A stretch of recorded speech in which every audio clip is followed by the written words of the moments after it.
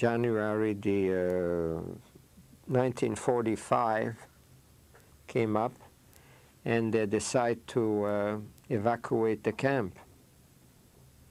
They started with the Polish people because they were afraid that this was in Poland, you see, and they figured the Polish people, we're going to evacuate them right into Germany.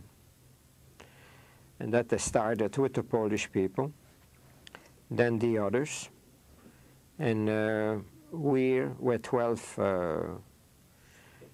we were going out with them because whoever couldn't walk of the people, of the Jewish people, after that was around the 10th of January, they started assembling all the Jewish prisoners and had them marched outside of the camp. Whoever couldn't march, they were shot. We had to follow and take the corpse into the wagons. We had those big wagons, you know, with the, and bring them to Birkenau, to the crematorium. Did you transport corpses to Birkenau? Yes, we had to transport them to the to Birkenau.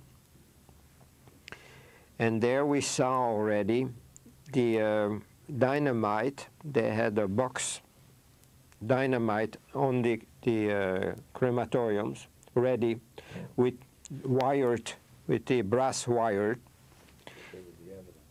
And it's still there because of me, because I cut that wire. I cut one wire. We knew we already hear the bombardment, you know, from far, far away. You could hear the.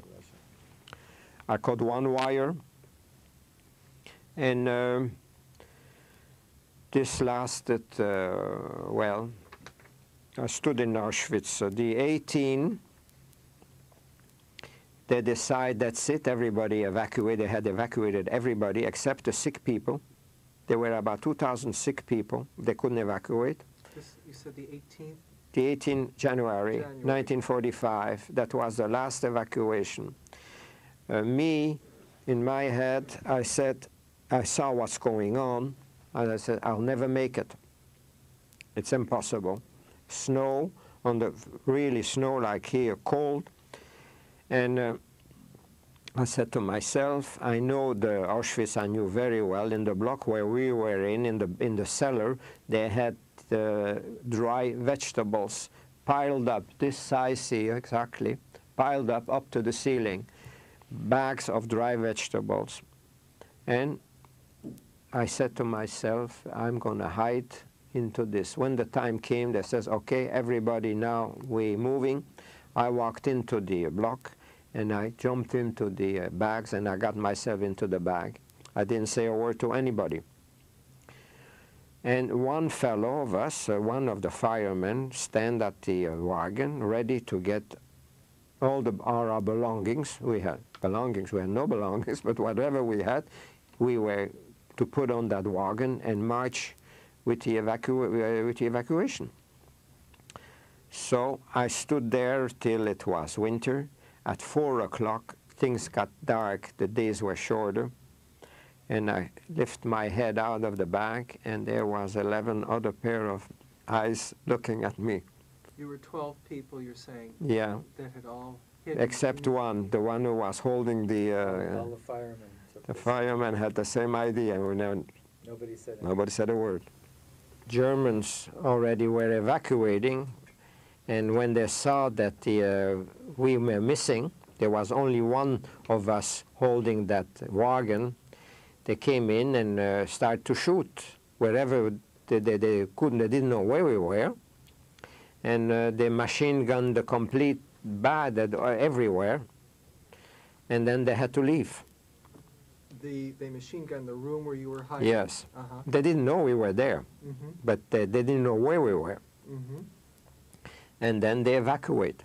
They went away, and the only fellow, the only fireman with us had to drag this wagon by himself, and they were out of Auschwitz.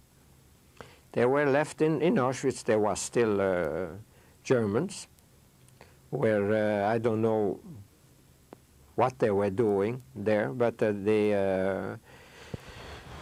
we we were, our problem was now to feed. We didn't know, because the bombardment was going on all over, the pieces of the buildings were going, because the tanks, the German tanks were approaching. And we then decided to try to get some food. We knew the kitchen was just across the street of us, and there is lots of food there, even for the Germans, where German were collecting their food there. So we waited until that fellow who was guarding this kitchen, he was marching it. It's about 100 yards. The minute we had a chance, we walked in, and with one of our fellow, it was me and a Jewish, he was from Poland. We both grabbed the bag, and fast we walked out of there. We came back to our dry vegetable bags, and he grabbed the first bag he grabbed, and it was a bag of champagne. That was not much use for us. And I had concentrated milk, boxes of concentrated milk, which was a little help. This was going on up to the 27th.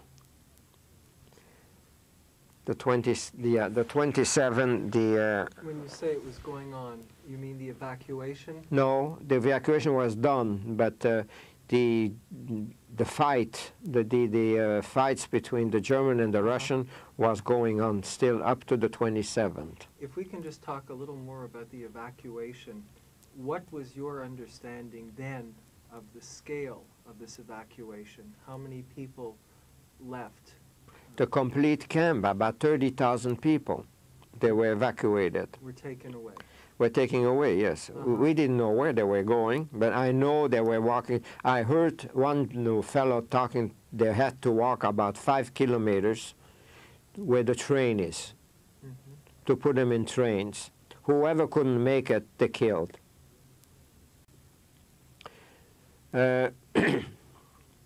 Forget to tell you also, amongst the one, I was a fireman, and one fire broke out in Birkenau. And I went to Birkenau to get that fire out. You're talking about before the evacuation? Just before the evacuation, yes. When you were working as a fireman? Yes, yeah, but that's just a couple of weeks before. And I went to Birkenau, and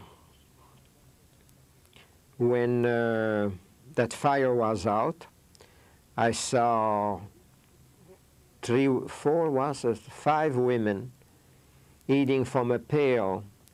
We were not allowed to talk to them, but from far I heard that they're speaking French. So I approached them, and I asked them where they're from.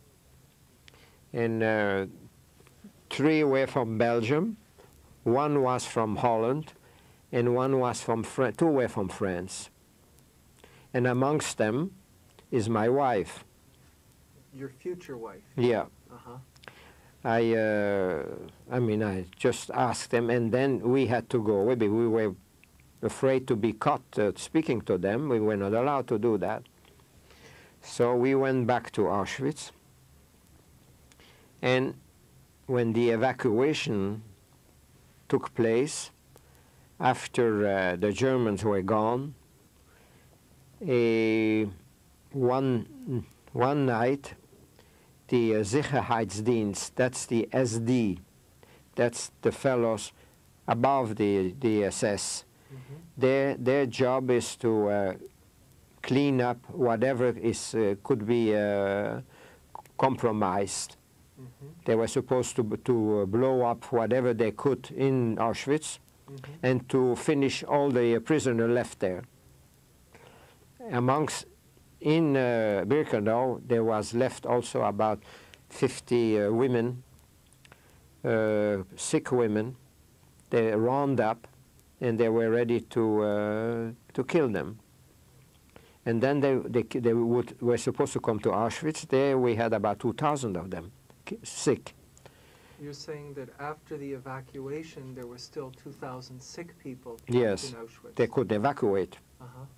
And in Birkenau as well, they had about 50 or 60 people they couldn't evacuate. So they went first to Birkenau, and they round up the women, and then they got a strict order came for them to move fast because they were already, the Russians were already encircled them, and they went on trucks and they left. And those 40 people, those women, advanced and came into Auschwitz. And I already took charge in Auschwitz with the people left there. We were 11 people capable to walk. And you were the other firemen? Yes, we were the 11 firemen.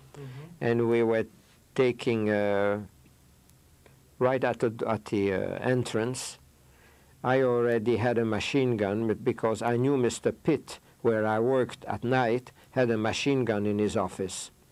And I grabbed that machine gun. I said, we're going to defend ourselves now.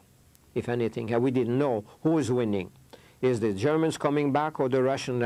We didn't, nothing. But you were able to take this machine gun. Were there not German guards around? No more. They had left. Everybody had left, except a couple where we could see, I don't know where. From once in a while we could see a German fellow in the horizon. And the people who had brought the prisoners, sick prisoners from Birkenau, they left. Also left. Yes, they were on their own, and they came into Auschwitz, and I could hear again speaking French, and there was my wife, my future wife. You're saying this woman whom you had met several weeks ago, yes, or whom you had seen in Birkenau. Yes, yeah, because she was, yes, also. She was sick. She had some problem with liver. And she came into Auschwitz, and with 3, 4 other women that we took care of. We knew Auschwitz very well. And until the 27th, then the Russian arrived. The 2 first Russians came into Auschwitz. One was a short fellow with a sheet, a white sheet on his, attached to his head, and the other fellow was a big one with a big beard, also attached with a sheet. That's a camouflage in the snow. And the first thing they asked us is, there any Germans? And we saw a couple Germans back at the end of the camp, and they went to them. What happened, we don't know. All we heard is a machine gun. And that was that was the end of it. Then the Russian made that camp became a hospital.